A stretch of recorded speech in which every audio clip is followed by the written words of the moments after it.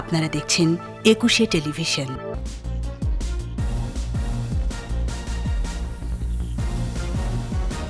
Corona থেকে মানুষকে বাঁচাতে ভবিষ্যতে কঠিন পদক্ষেপ বললেন প্রধানমন্ত্রী। নবীন কর্মকর্তাদের সততার সাথে দায়িত্ব পালনের নির্দেশ। একদিনে মৃত্যুর রেকর্ড ৭৪, হাসপাতালে শয্যা বাড়ানোর পরিকল্পনা। টিকার দ্বিতীয় ডোজ শুরু। স্বাস্থ্যবিধি মানার শর্তে ৯টা থেকে ৫টা পর্যন্ত ৪ দিনের জন্য খুলছে মার্কেট, শপিং মল। লকডাউনের রাজধানীতে যানবাহনের চাপ। যে কোনো সময় গ্রেফতার মামুনুল। হেফাজতের তাণ্ডবে শিশুদের ব্যবহার করার পেছনে থাকা ১০০ জন শনাক্ত।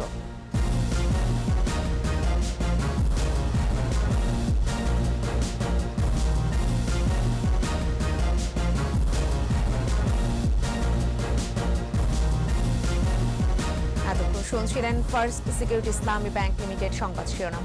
প্রত্যেককে আমন্ত্রণ জানাচ্ছি রাত ১১টার ২১ সংবাদের সাথে থাকছে আমি ফেরদৌসী আহমেদ।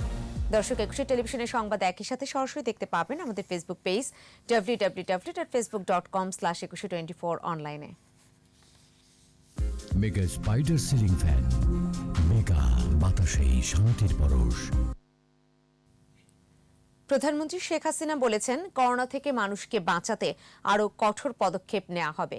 মহামারীতে অর্থনীতিতে কিছুটা স্থবিরতা আসলেও উন্নয়ন কাজ চলমান বলে জানান তিনি। বিসিএস কর্মকর্তাদের ৭১তম বুনিয়াদী প্রশিক্ষণ কোর্সের সমাপনীতে প্রধানমন্ত্রী বলেন, সব পর্যায়ে কাজ হয়েছে বলেই ১২ বছরে বাংলাদেশ উন্নয়নশীল দেশের কাতারে। এই মর্যাদা ধরে রাখতে সততা ও নিষ্ঠার সাথে নবীন কর্মকর্তাদের দায়িত্ব পালনের আহ্বান জানান প্রধানমন্ত্রী। রিপোর্টে বাকিটা জানাচ্ছেন প্রণব চক্রবর্তী। আমার দায়িত্ব পালন করে যাব। জনগণকে ভালোবেসে অন্যায় অপরাধের বিরুদ্ধে দাঁড়িয়ে মানুষের মঙ্গল করার শপথ নিলেন বিসিএস-এর ৭১তম বুনিয়াদী কোর্সের প্রশিক্ষণার্থীরা। এবারের কোর্সে অংশ নেয় ৩০৭ জন বিসিএস ক্যাডার। প্রধানমন্ত্রীর পক্ষে ৩ প্রশিক্ষণার্থীর হাতে মেধা সনদ তুলে দেন জনপ্রশাসন প্রতিমন্ত্রী ফরহাদ হোসেন। ভার্চুয়ালি যোগ দেন প্রধানমন্ত্রী শেখ হাসিনা। নবীন কর্মকর্তাদের সততা ও নিষ্ঠার সাথে দায়িত্ব পালনের আহ্বান জানান তিনি। রাষ্ট্রীয় দায়িত্বে যোগ দেবেন এবং এই কথাটা সবসময় মনে রাখতে হবে। আত্মবিশ্বাস নিয়ে সততার সাথে নিষ্ঠার সাথে নিজ নিজ দায়িত্ব পালন করতে হবে। সরকারের ধারাবাহিকতায় দেশ এগিয়ে চলছে উল্লেখ করে প্রধানমন্ত্রী বলেন, ১২ বছরেই বাংলাদেশ উন্নয়নশীল রাষ্ট্রের কাতারে। এই মর্যাদা ধরে রেখে ২০৪১-এ বাংলাদেশকে উন্নত রাষ্ট্রে পরিণত করতে কাজ করার আহ্বান জানান সরকার প্রধান। হয়তো কিছুদিনের জন্য সবকিছুতে থমকে গিয়েছিল, তারপর আমরা পরিকল্পনা অনুযায়ী প্রকল্পের কাজ আমরা অব্যাহত রেখেছি। কারণ আমাদের লক্ষ্যটা হচ্ছে ৪১ সালের মধ্যে বাংলাদেশকে আমরা উন্নত সমৃদ্ধ বাংলাদেশ হিসেবে গড়তে চাই। আমরা যে উন্নয়নশীল দেশের মর্যাদা পেয়েছি, এটা আমাদের ধরে রাখতে হবে। এটা ধরে রেখেই দেশকে এগিয়ে নিয়ে যেতে হবে। করোনা থেকে বাংলাদেশকে বাঁচাতে আরও কঠোর পদক্ষেপ নেওয়ার কথাও জানান প্রধানমন্ত্রী। করোনা ভাইরাস এখন একটা মহামারী আকারে দেখা দিয়েছে এবং আমরাও সেই ধাক্কাটা দেখতে পাচ্ছি। কাজেই আমাদের তাৎক্ষণিক কিছু ব্যবস্থা আমরা নিলেও হয়তো ভবিষ্যতে আরও কঠোর পদক্ষেপ আমাদের নিতে হবে মানুষকে বাঁচানোর জন্য, এবং সেটা আমরা নেব। আপনারাও এ ব্যাপারে সতর্ক থাকবেন, নিজেকে সুরক্ষিত রাখবেন, স্বাস্থ্যবিধি মেনে চলবেন এবং অপরকেও যাতে সুরক্ষিত থাকে সেদিকে বিশেষভাবে দৃষ্টি দিবেন। আমি সমগ্র দেশবাসীকে আজকে এই সভার মাধ্যমে সবাইকে বলবো, প্রত্যেকে আপনারা স্বাস্থ্য সুরক্ষা বিধিটা মেনে যাতে চলে সে ব্যবস্থাটা নেবেন। আগামীতে ২০০০ প্রশিক্ষণার্থী যাতে একসাথে প্রশিক্ষণ নিতে পারে সে বিষয়ে পদক্ষেপ নেওয়ার কথাও জানান প্রধানমন্ত্রী শেখ হাসিনা। জ্ঞান ও দক্ষতা যথার্থভাবে প্রয়োগ করবেন। প্রণব চক্রবর্তী, একুশে টেলিভিশন, ঢাকা। করোনায় মৃত্যুর নতুন রেকর্ড। একদিনে মারা গেছে ৭৪ জন। শুধু ঢাকা বিভাগেই মারা গেছে ৪৩ জন। এ নিয়ে মৃতের সংখ্যা ৯,৫০০ ছাড়ালো। এদিন শনাক্তের সংখ্যা সামান্য কমে হয়েছে ৬,৮৫৪ জন। এই মুহূর্তে দেশে কোভিড রোগীর সংখ্যা ৯১,৫৮১। এদিকে কোভিড চিকিৎসায় ঢাকার বক্ষব্যাধি সহ বিভিন্ন হাসপাতালে ৭ থেকে ৮০০ শয্যা বাড়ানোর চেষ্টা করা হচ্ছে বলে জানিয়েছেন স্বাস্থ্য সচিব। বিস্তারিত জানাচ্ছেন স্মৃতি মণ্ডল। সুনামির মতো আছড়ে পড়ছে সংক্রমণের সংখ্যায় কোনোদিন রেকর্ড হচ্ছে, আবার কোনোদিন রেকর্ড হচ্ছে মৃত্যুর সংখ্যায়। স্বাস্থ্য অধিদপ্তর গত 24 ঘন্টায় মৃত্যুর সংখ্যা জানিয়েছে 74 জন, আর এই সংখ্যাটি নতুন রেকর্ড। এ নিয়ে এ পর্যন্ত করোনায় মৃত্যু হল 9,521 জনের। 243টি ল্যাবে 33,193 জনের নমুনা পরীক্ষায় শনাক্ত হয়েছে 6,854। মোট শনাক্ত 6,66,132 আর সুস্থ হয়েছে 3,391। পরীক্ষার বিপরীতে কিছুটা কমেছে দৈনিক সংক্রমণ হার 20.65%। এ পর্যন্ত শনাক্ত 13.55, সুস্থতার হার 84.82 ও মৃত্যু 1.43%। সবচেয়ে বেশি মারা গেছে ঢাকা বিভাগে 43 জন আর চট্টগ্রাম বিভাগে 15 জন। 74 জনের মধ্যে 70 জনের মৃত্যুই হয়েছে হাসপাতালে। এদের মধ্যে 60 ঊর্ধ্ব 46 জন আর পুরুষের সংখ্যা 48। সংক্রমণ বেড়ে যাওয়ায় অনেক হাসপাতালেই শয্যা ফাঁকা পাওয়া যাচ্ছে না। এ অবস্থায় স্বাস্থ্য সচিব জানিয়েছেন, বিভিন্ন হাসপাতালে 7 থেকে 800 বেড বাড়ানোর পরিকল্পনা করছে সরকার। আমরা পর্যায়ক্রমে বক্ষব্যাধি হাসপাতাল সহ আরও যে হাসপাতালগুলি আছে সকল চক্ষু হাসপাতাল সহ এক্সিস্টের ভিতরে আমরা স্বল্প সময়ের ভিতরে আরও হয়তো 7 থেকে 800 বৃদ্ধি করে তোলার চেষ্টা করব। সংক্রমণ রোধে সরকারের আন্তরিকতার ঘাটতি নেই। সবাইকে স্বাস্থ্যবিধি মেনে চলার তাগিদ দেন স্বাস্থ্য সচিব। আমি আমার পরিবার যদি সুস্থ থাকে, জাতি সুস্থ থাকে। স্মৃতি মণ্ডল, 21 টেলিভিশন, ঢাকা। সংক্রমণের ঊর্ধ্বগতির মধ্যেই কোভিশিল্ডের দ্বিতীয় ডোজ ভ্যাকসিন দেয়া শুরু হয়েছে। একই সাথে টিকার প্রথম ডোজ প্রদানও চলছে। আইসিটি প্রতিমন্ত্রী জানিয়েছেন, দ্বিতীয় ডোজ সম্পন্ন হলে ভ্যাকসিন গ্রহীতাদের দেয়া হবে ভ্যাকসিন পাসপোর্ট। বিশেষজ্ঞরা বলছেন, প্রথম ডোজের পর কোভিড আক্রান্ত হলে নেগেটিভ হওয়ার 28 দিন পর দ্বিতীয় ডোজ নেওয়া যাবে। স্মৃতিমণ্ডলের আরেকটি রিপোর্ট। সারা দেশে শুরু করোনা ভ্যাকসিনের দ্বিতীয় ডোজ প্রদান। বঙ্গবন্ধু শেখ মুজিব মেডিকেল বিশ্ববিদ্যালয় টিকা কেন্দ্রে ভ্যাকসিনের দ্বিতীয় ডোজ নেন হাসপাতালের উপাচার্য, আইসিটি প্রতিমন্ত্রী, নৌ পরিবহন প্রতিমন্ত্রী, প্রধান নির্বাচন কমিশনার সহ সম্মুখ সারির যোদ্ধারা। শুধু ভ্যাকসিনের দিকে তাকিয়ে থাকলে হবে না। আমি যদি ভ্যাকসিন নেওয়ার পরে উদাসীন চলাফেরা করি, আমি কিন্তু আবারও আক্রান্ত হতে পারি। শক্তি প্রয়োগ করে তো সব কিছু হবে না, এখানে সচেতনতাই একমাত্র উপায়। ভ্যাকসিন আমাদেরকে সুরক্ষা দিচ্ছে, কিন্তু তাই বলে 100% সুরক্ষা তো দিচ্ছে না। আমাদেরকে স্বাস্থ্যবিধি মেনে চলতেই হবে। পৃথিবীতে শতভাগ কার্যকর কোনো ভ্যাকসিন কোনো রোগের বিরুদ্ধেই নেই। সেকেন্ড ডোজ নেওয়ার পরও আমাদেরকে শারীরিক স্বাস্থ্যবিধি মেনে চলতে হবে। ভ্যাকসিন নেয়ার পর আইসিটি প্রতিমন্ত্রী সাংবাদিকদের বলেন, টিকা গ্রহীতাদের ভ্যাকসিন পাসপোর্ট দেবে সরকার। দ্বিতীয় ডোজ দেওয়ার পরে আমাদের ভ্যাকসিন সার্টিফিকেট অটোমেটিক জেনারেট হবে এবং আমরা একটা ভ্যাকসিন পাসপোর্টও আমরা দেওয়ার জন্য আমরা ইতিমধ্যে আমাদের প্রযুক্তিগত প্রস্তুতি আমরা গ্রহণ করেছি। প্রথম ডোজ টিকা নেয়ার পর কোভিড আক্রান্ত হলে টিকা নেওয়া যাবে কিনা এ প্রশ্নের উত্তরে বঙ্গবন্ধু শেখ মুজিব মেডিকেল বিশ্ববিদ্যালয় টিকা কেন্দ্রের সমন্বয়কারী জানান, নেগেটিভ হওয়ার 28 দিন পর টিকা নেওয়া যাবে। যাদের করোনা আক্রান্ত হয়েছেন ওনাদের ওইটা যেই দিন নেগেটিভ হবে সেই দিন থেকে 28 দিন পরে ওনারা সেকেন্ড ডোজ দেওয়ার জন্য আসবে। যতটুকু আমরা পেরেছি আমরা মেসেজ পাঠিয়েছি, যাদেরকে মেসেজ যায় নাই 2 মাস পূর্তি হলে তারপর যেন আসে। অ্যাস্ট্রাজেনেকার টিকা নেয়ার পর আধা ঘন্টা বিশ্রাম নিয়েছেন ভ্যাকসিন গ্রহীতারা। এই সময়ের মধ্যে কারো পার্শ্ব প্রতিক্রিয়ার খবর মেলেনি। 11টা 20-এ আমার এখনো কোনো খারাপ লাগছে না, ভালোই আছে। ডিস্টেন্সও মেনটেন করতেছে না, তাহলে মানে বুঝছেন তো কোনো নাই, মানে রুলসগুলো মানছে না, তো এটা আর কি একটু চিন্তার ব্যাপার। আর টিকা নেওয়ার পরেও আমাদেরকে আগের মতোই সতর্ক থাকতে হবে, মাস্ক তো অবশ্যই ব্যবহার করতে হবে। ভ্যাকসিনের দ্বিতীয় ডোজের পাশাপাশি প্রথম ডোজের কার্যক্রমও চালু রাখা হয়েছে। দেশে করোনা সংক্রমণের 397তম দিন আজ। সংক্রমণ এবং মৃত্যু দুটোই বাড়ছে সমান তালে। একই সাথে আজ থেকে সারা দেশে শুরু হয়েছে ভ্যাকসিনের দ্বিতীয় ডোজ দেওয়ার কার্যক্রম। ভ্যাকসিন নেওয়ার পাশাপাশি সবাইকে স্বাস্থ্যবিধি মেনে চলার পরামর্শ বিশেষজ্ঞদের। স্মৃতি মণ্ডল, 21 টেলিভিশন, ঢাকা। স্বাস্থ্যবিধি মেনে কাল থেকে 13 এপ্রিল পর্যন্ত খুলে দেয়া হলো মার্কেট শপিং মল। মন্ত্রিপরিষদ বিভাগ প্রজ্ঞাপনের মাধ্যমে জানিয়েছে, সকাল 9টা থেকে বিকেল 5টা পর্যন্ত দোকানপাট খোলা রাখা যাবে। এদিকে লকডাউনের চতুর্থ দিনে সকাল থেকেই রাজধানীর সড়কগুলোতে ছিল যানবাহনের চাপ। অনেক স্থানে সৃষ্টি হয় যানজট। দেখুন মাহমুদ হাসানের রিপোর্ট। করোনা সংক্রমণের ঊর্ধ্বগতি রোধে চলছে এক সপ্তাহের লকডাউন। এই চিত্র দেখে কে বলবে দেশে লকডাউন চলছে? লকডাউনের চতুর্থ দিনও অন্য যে কোনো সাধারণ দিনের মতোই ঢাকার রাস্তায় গণপরিবহন যেমন আছে তেমনি আছে ব্যক্তিগত পরিবহনও। অ্যাপস ভিত্তিক মোটরসাইকেল বন্ধ, কিন্তু তারাই এখন ভাড়ায় চলছে। শর্ত মেনেই চলছে গণপরিবহন, তবে যাত্রীর চাপ খুব একটা নেই। মাস্ক ছাড়া যাত্রী নিচ্ছি না, মাস্ক পরা যারা আর সকালবেলা অফিস টাইমে যাত্রী বেশি। প্রথম যেরকম একটা চাপ ছিল, এখন বর্তমানে এরকম কোনো চাপ নাই। 1 ঘন্টা ধরে বসে রয়েছে, কোনো যাত্রী নাই। ভাড়া নিয়ে অসন্তোষ আছে যাত্রীদের। ভাড়া তো কিছুটা বাড়তি, আর বিড়ম্বনার শিকার তেমন একটা হয়নি। গাড়ি কম হওয়ার কারণে ভাড়া বেশি নিলেও আমরা ফ্রি মতো যাতায়াত করতে পারতেছি। সড়কে তৎপর ট্রাফিক পুলিশ। স্বাস্থ্যবিধি মেনে যানবাহনের চলাচল এবং চালকদের সচেতন করার কাজটিও করছে তারা। যখন থেকে সরকার অর্ডারে গণপরিবহন চালু করছে, তখন থেকে এই তো গাড়ির চাপ একটু বাড়ছে। সরকারি নির্দেশনা অনুযায়ী হোটেল রেস্তোরাঁয় বসে খাওয়ানো যাবে না, কিন্তু মানছেনই বা কজন? লকডাউনের বিক্রি তো আমাদের কমই। এদিকে কাল থেকে 13 এপ্রিল পর্যন্ত খোলা রাখা যাবে মার্কেট, শপিং মল। মন্ত্রিপরিষদ বিভাগের প্রজ্ঞাপনে জানানো হয়, স্বাস্থ্যবিধি মেনে সকাল 9টায় খুলে বিকেল 5টায় বন্ধ করতে হবে শপিং মল, দোকানপাট ও বিপণী বিতানগুলো। তবে স্বাস্থ্যবিধি পরিপালন না হলে আইনানুগ ব্যবস্থা নেওয়া হবে বলে জানানো হয় প্রজ্ঞাপনে।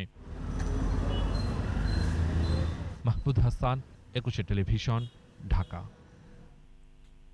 জনদুর্ভোগ বিবেচনায় সিটি কর্পোরেশন এলাকায় গণপরিবহন চলাচলে শর্ত না মানলে সরকার আরও কঠোর হবে বলে জানিয়েছেন সড়ক পরিবহন ও সেতুমন্ত্রী ওবায়দুল কাদের। ঢাকা আরিচা মহাসড়কের আমিন বাজারে 8 লেনের নতুন সেতুর কাজের সূচনা অনুষ্ঠানে ভার্চুয়ালি যুক্ত হয়ে তিনি এই কথা বলেন। মহানগর বেশিরভাগ পরিবহন নিষেধাজ্ঞা মানলেও অনেক পরিবহন কিন্তু নিষেধাজ্ঞা মানছেন না। কেউ কেউ নির্দিষ্ট এলাকা বা নির্দিষ্ট সময়ের বাইরেও পরিবহন চালাচ্ছে। সমন্বয়কৃত ভাড়ার অতিরিক্ত ভাড়াও অনেকে আদায় করছে। আমি আশা করি আপনারা, আবারও বলবো, কথা দিয়ে কথা রাখবেন। শর্ত উপেক্ষা করলে সরকার কিন্তু জনস্বার্থে আবারও কঠোর হতে বাধ্য হবে। হেফাজতের তাণ্ডবে মাদ্রাসা শিশুদের ব্যবহার করার তথ্য পেয়েছে আইন শৃঙ্খলা রক্ষাকারী বাহিনী। জঘন্যতম কর্মের নির্দেশদাতা হিসেবে শনাক্ত হয়েছে হেফাজতের যুগ্ম মহাসচিব মামুনুল হক, কথিত শিশু বক্তা 26 বছর বয়সী রফিকুল ইসলাম মাদানী সহ 100 জন। তাণ্ডবের স্থির চিত্র, ভিডিও ফুটেজ এবং কথোপকথনের রেকর্ড, মুঠোফোন বার্তা ও চিরকুট হাতে পাওয়ায় নির্দেশদাতাদের ধরতে অভিযানও শুরু হয়েছে। গবেষকরা বলছেন, মাদ্রাসার কোমলমতি শিশুদের রক্ষা করতে সরকারকে উদ্যোগ নিতে হবে। বিস্তারিত জানাচ্ছেন দীপু শিকদার।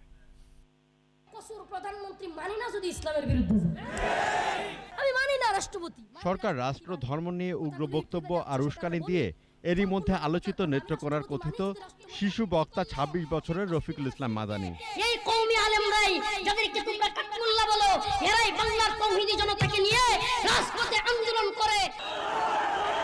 গত 26 মার্চ থেকে 31 মার্চ পর্যন্ত ঢাকা, ব্রাহ্মণবাড়িয়া, নারায়ণগঞ্জ, চট্টগ্রাম সহ দেশের বিভিন্ন স্থানে তাণ্ডবে ভূমিকা রাখে এই মাদানী।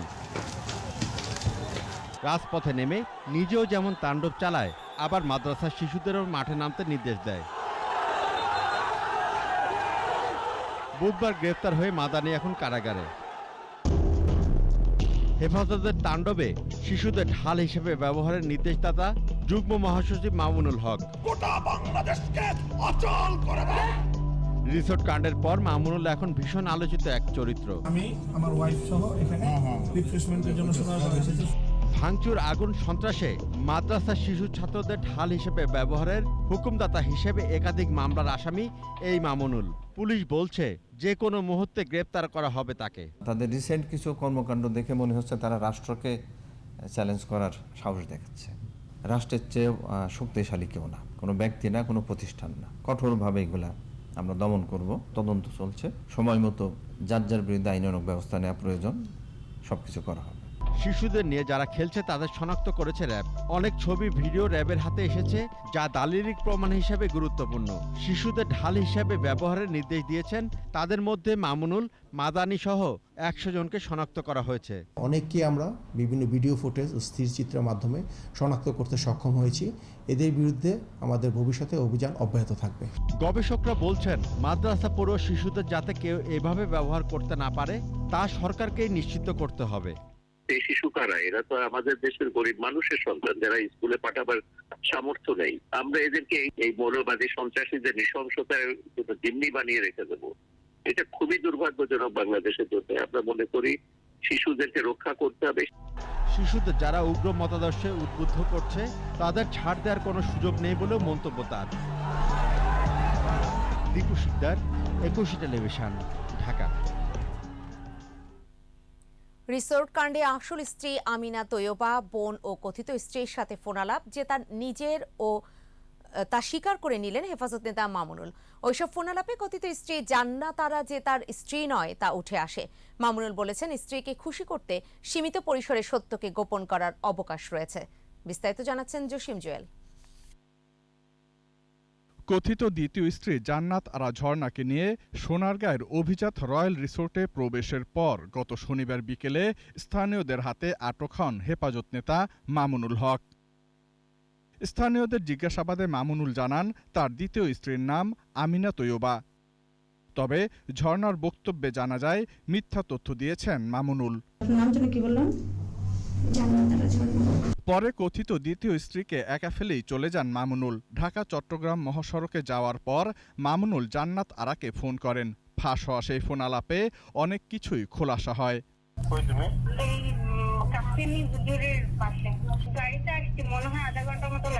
অনুসন্ধানে জানা যায় মামুনুলের আসল স্ত্রীর নাম আমিনা তৈয়বা। আর রিসোর্ট কাণ্ডের পর আমিনাকে ফোন করে ঘটনার ব্যাখ্যা দেন মামুনুল।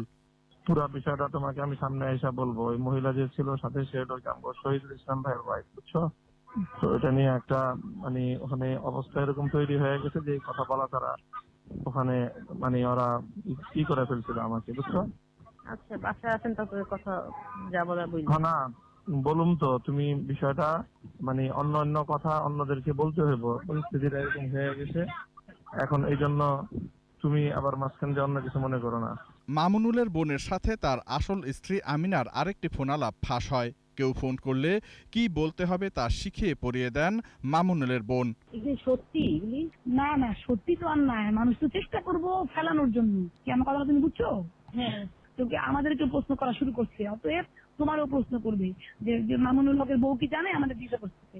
তো আমরা বলছি যে ভাবিও জানে, আমরা পরিবার জানি, আমরা পরিবারটা জানি না, এটা বলা যাবে না, ঠিক আছে?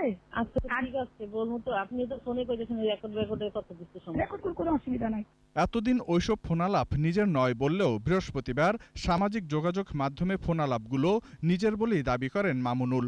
আমার স্ত্রীর সাথে আমার ফোনালাপ, আমার স্ত্রীদের সাথে আমার কথোপকথন, এগুলো একান্তই আমার ব্যক্তিগত বিষয় এবং আমার পারিবারিক বিষয়। অত্যন্ত দুঃখ এবং পরিতাপের সাথে বলতে হচ্ছে যে আমার সেই ব্যক্তিগত গোপনীয়তাকে মারাত্মকভাবে ক্ষুণ্ণ করা হয়েছে। রিসোর্ট কাণ্ডের পর মামুনুল ও তার পরিবারের সদস্যদের ফাঁস হওয়া আরও কিছু ফোনালাপ সামাজিক যোগাযোগ মাধ্যমে ঘুরে বেড়াচ্ছে। সেসব ফোনালাপে রাষ্ট্রবিরোধী তৎপরতার পাশাপাশি একাধিক নারীর সঙ্গে মামুনুলের সম্পর্ক থাকার বিষয়টি স্পষ্ট হয়েছে। কথা বলতে চাইছি, কথা বলা বাক স্বাধীনতা মানুষের অধিকার। আমার যখন থাকে অধিকার তো আমারটা আপনি হরণ করছেন। বুঝতেই পোলাপানদের সামনে অনেক কিছু বলতে পারতেছেন, মজা হইতেছে। জসিম জুয়েল, একুশে টেলিভিশন, ঢাকা। নিচে প্রিমিয়ার ব্যাংক লিমিটেড সংবাদ বিরতি। নো মাস্ক নো সার্ভিস বিধি মেনে চলুন, সুস্থ থাকুন। যখন ফিরছি তখন থাকবে। রোহিঙ্গাদের নিজ দেশে ফেরাতে T8 এর সহায়তা চাইলেন প্রধানমন্ত্রী। করোনা পরবর্তী অর্থনীতি পুনরুদ্ধারে উদ্যোগের আহ্বান। করোনার মধ্যেও অনেকটাই জমজমাট অমর একুশে গ্রন্থমেলা। পাঠকের আগ্রহ গবেষণাধর্মী বইয়ে। দেখছেন রাত 11টার 21 সংবাদ। বিশ্বের শান্তি ও স্থিতিশীলতা রক্ষায় বাস্তুচ্যুত রোহিঙ্গাদের নিজ দেশে ফেরত পাঠাতে D8 সহ বিশ্ব সম্প্রদায়ের সহায়তা চেয়েছেন প্রধানমন্ত্রী শেখ হাসিনা। আর করোনা পরবর্তী সময়ে অর্থনীতিকে পুনরুদ্ধারে বিশেষ উদ্যোগ নেবার আহ্বান জানিয়ে বলেছেন, প্রয়োজনে নিজেদের ভ্যাকসিন নিজেরা উৎপন্ন করবে সদস্য রাষ্ট্ররা। আর জাতি এই জোটের নতুন চেয়ারপারসন নির্বাচিত হয়েছেন প্রধানমন্ত্রী শেখ হাসিনা। ঢাকা ঘোষণা এবং 10 বছরের রোড ম্যাপ গ্রহণ করার মধ্য দিয়ে শেষ হয় D8 এর 10ম শীর্ষ সম্মেলন। রিপোর্টে বাকিটা জানাচ্ছেন মোহাম্মদ নুরুন নবী। ঢাকার আয়োজনে অনুষ্ঠিত হলো 8টি মুসলিম দেশের অর্থনৈতিক উন্নয়নের জোট D8 এর 10ম সামিট। করোনার বাস্তবতায় আয়োজনটি ছিল ভার্চুয়াল প্ল্যাটফর্মে। শীর্ষ সম্মেলনের শুরুতেই তুরস্কের প্রেসিডেন্ট রিসেপ তাইয়েফ এরদোয়ান নতুন চেয়ারপারসন প্রধানমন্ত্রী শেখ হাসিনার কাছে আগামী 4 বছরের জন্য D8-এর দায়িত্ব হস্তান্তর করেন। I would like to give the floor to Prime Minister Sheikh Hasina. পরে বক্তব্য রাখেন সদস্য রাষ্ট্র মিশর, Indonesia, Iran, Malaysia, Nigeria, Pakistan, তুরস্ক এর সরকার ও রাষ্ট্রপ্রধানরা। কার্যকর ও টেকসই উন্নয়ন নিশ্চিত করতে D8-ভুক্ত দেশগুলোকে এক হয়ে কাজ করার আহ্বান জানান প্রধানমন্ত্রী শেখ হাসিনা। আহ্বান ছিল রোহিঙ্গা জনগোষ্ঠীকে নিরাপদে নিজ ভূমে প্রত্যাবর্তনে D8 ও বিশ্ব সম্প্রদায়ের উদ্যোগী হবার। If the crisis is not resolved, this may create security concern in the region and beyond. We are grateful to the D8 member states for their support. I would like to urge you to put pressure on Myanmar for taking back the Rohingyas. We need to provide support and assistance to Palestinian refugees from Arakan, Yemen, and Syria who are suffering from persecution, starvation, and poverty on top of COVID-19 pandemic. বিদ্যমান মহামারীতে প্রত্যেক মানুষের vaccine প্রাপ্তির অধিকার নিশ্চিত করার কথা জোর দিয়ে তুলে ধরেন।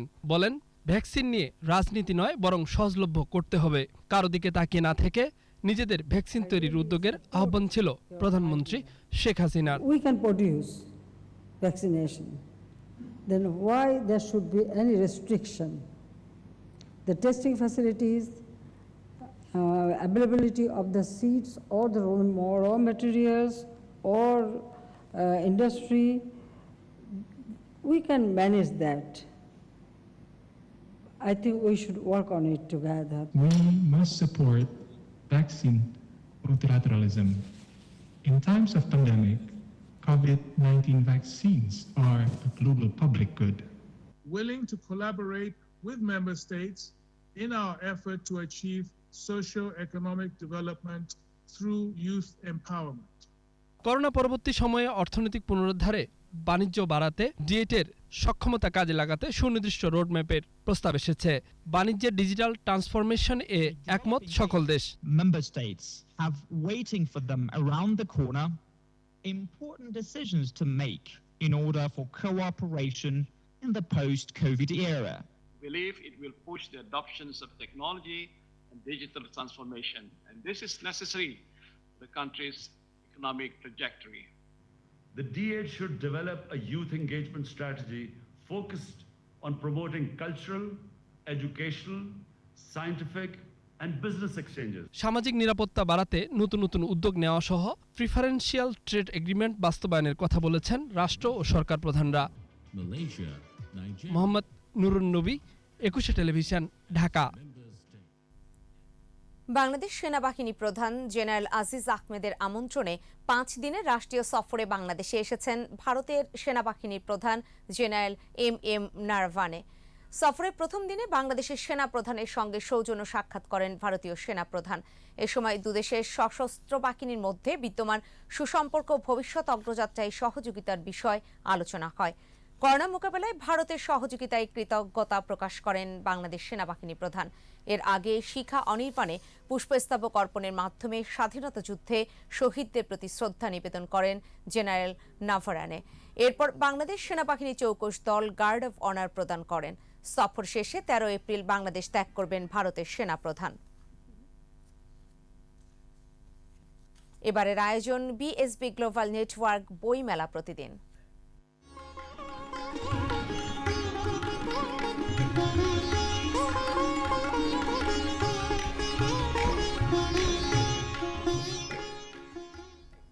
বাইশতম দিনে আবারও অনেকটাই জমজমাট অমর একুশে গ্রন্থমেলা।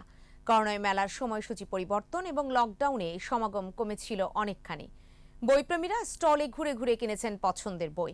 এবার মেলায় গবেষণাধর্মী বই আগের চেয়ে কিছুটা বেশি বিক্রি হচ্ছে বলে জানান প্রকাশকরা। দেখুন মফিউর রহমানের রিপোর্ট। গ্রন্থমেলার 22তম দিনের বিকেল। গেল কয়েকদিনের যে চিত্র ছিল অনেকটাই বদলে গেছে এদিন।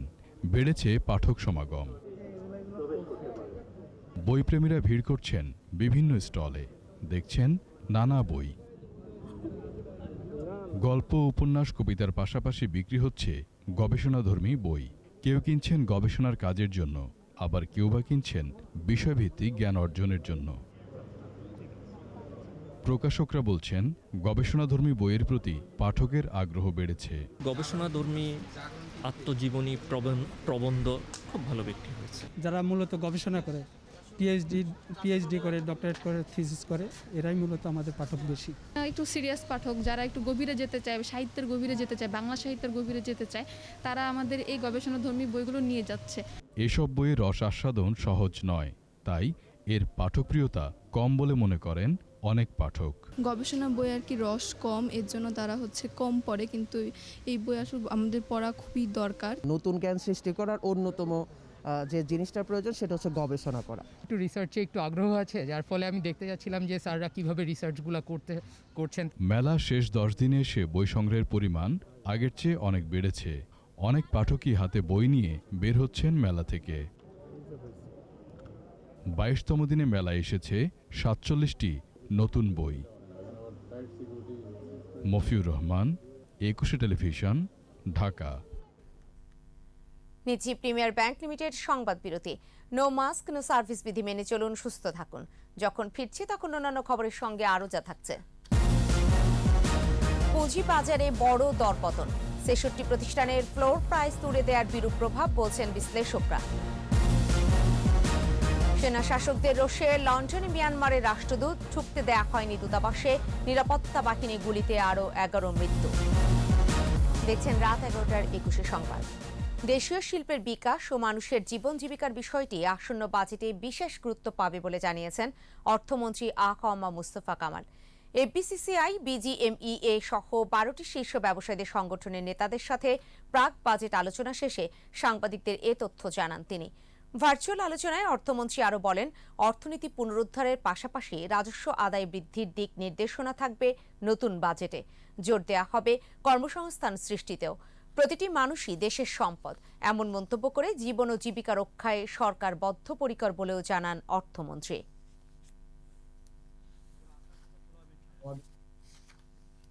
ব্যবসা বাণিজ্যের খবর।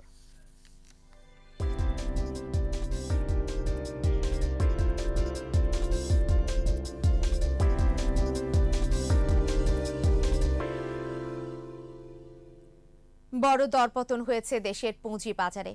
এক্ষেত্রে ৬৬টি প্রতিষ্ঠানে সর্বনিম্ন মূল্য সীমা বা ফ্লোর প্রাইস তুলে দেওয়ার প্রভাবকে দায়ী করছেন বিশ্লেষকরা।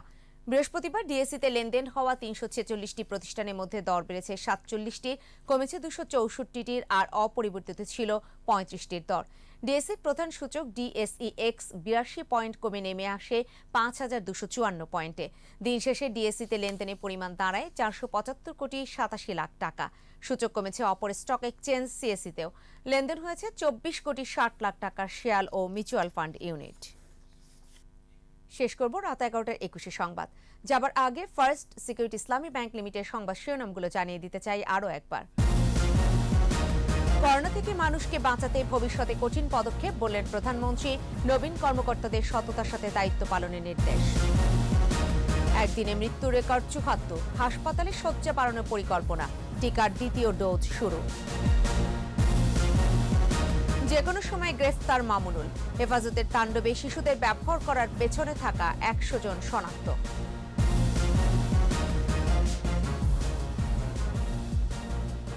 যেকোনো